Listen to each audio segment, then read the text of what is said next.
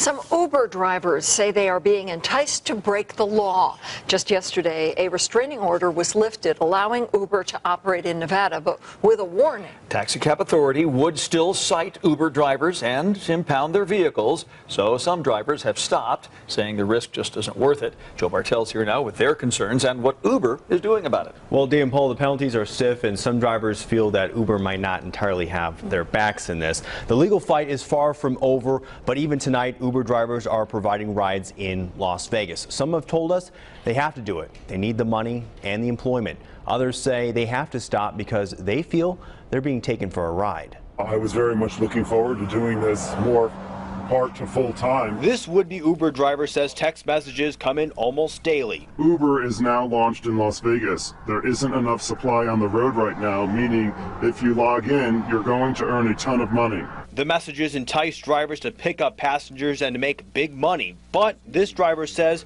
there's a catch. We're scared that we're going to get impounded, and if we do, how quickly are they going to work to get us out of that? Mark didn't want to show his face, but wants his voice heard. He says since Uber rolled out in Nevada, it's been plagued by poor communication with would-be drivers. He says text messages to Uber managers go unreturned, emails from the company are vague, and now the legal wrangling has him worried. I've unfortunately had to stop because I'm just concerned at what may happen. I don't want my car to be impounded, and I think a lot of us feel that way.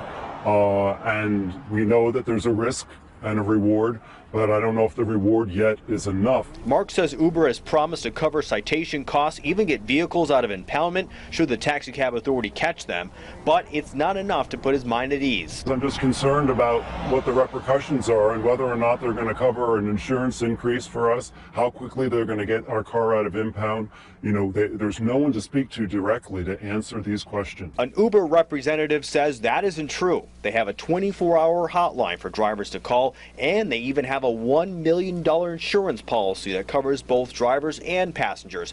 Local leaders are hopeful some sort of agreement can be reached between current laws and Uber. I personally, Carolyn Goodman, who's a resident for 50 years, hope it can be a harmonious solution.